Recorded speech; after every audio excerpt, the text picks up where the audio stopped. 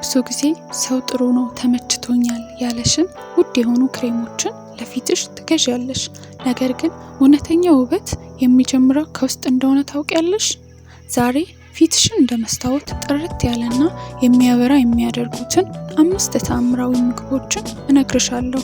እስከ ቪዲዮ መጨረሻ ድረስ አብረሽኝ ቆይ። መጀመሪያውና ከምንም በላይ አስፈላጊው ነገር ውሃ ነው። ቆዳችን ትልቁ የሰውነታችን ክፍል ነው። ልክ እንደ እጽዋት ውሃ ካላገኘ ይደርቃል፣ ይሰነጣጠቃል፣ እንዲሁም ይገረጣል። በቀን ቢያንስ 8 ብርጭቆ ውሃ መጠጣት በቆዳችን ውስጥ ያሉ ቆሻሻዎች እንዲወገዱና ቆዳችን ሁሌም እርጥበት ያለው ወይም የትድና የሚያብረቀርቅ እንዲሆን ያደርጋል። ሁለተኛው ተአምራዊ ምግብ አቮካዶ ነው። አቮካዶ በውስጡ ጤናማ የሆኑ ቅባቶችን ወይም ሄልዚ ፋትስ እና ቫይታሚን ኢን ይዟል።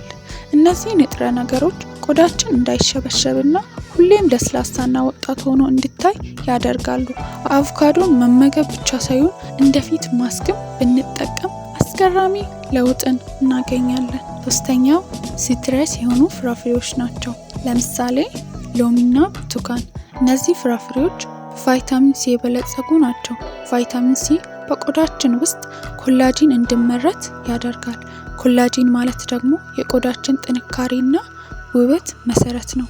ጠዋት ለብ ባለ ውሃ ውስጥ ሎሚ ጨምሮ መጠጣት ፊታችን ከውስጥ እንዲጠራ ያደርጋል። አራተኛው ምናልባት ብዙዎቻችሁ የማታውቁት ቲማቲም ነው። ቲማቲም ላይኮፒን የተባለ ንጥረ ነገር በውስጡ ይዟል። ይህ ንጥረ ነገር ቆዳችን በፀሐይ ጨረር እንዳይጎዳና የፊትን ጥቁረትን ለመከላከል ይረዳል። ቲማቲምን አዘውትሮ የሚመገቡ ሰዎች ቆዳቸው ጥርት ያለና ቀላ ያለ ውበት ይኖረዋል። ይህ ፊታችን የድካም ስሜት እንዳይታይበትና ሁሌም ትኩስ ሆኖ እንዲታይ ያደርገዋል። አምስተኛው አረንጓዴ ቅጠላ ቅጠሎች ቆስጣ፣ ሰላጣና የሀበሻ ጎመን።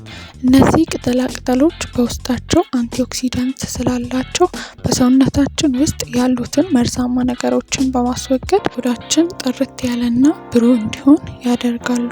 እንግዲህ ውድ ተመልካቾቼ እነዚህን 5 ምግቦች በየቀኑ ምግባችሁ ውስጥ በማካተት ብቻ አስገራሚ ለውጥ ማየት ትችላላችሁ። ውበት የሚጀምረው ጤናማ ከሆነ አኗኗር ነው።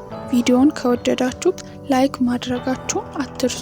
እንዲሁም ሌሎች የውበትና የጤና መረጃዎች እንዲደርሷችሁ ሰብስክራይብ አድርጉ። የደወል ምልክቷንም መጫን እንዳይረሳ።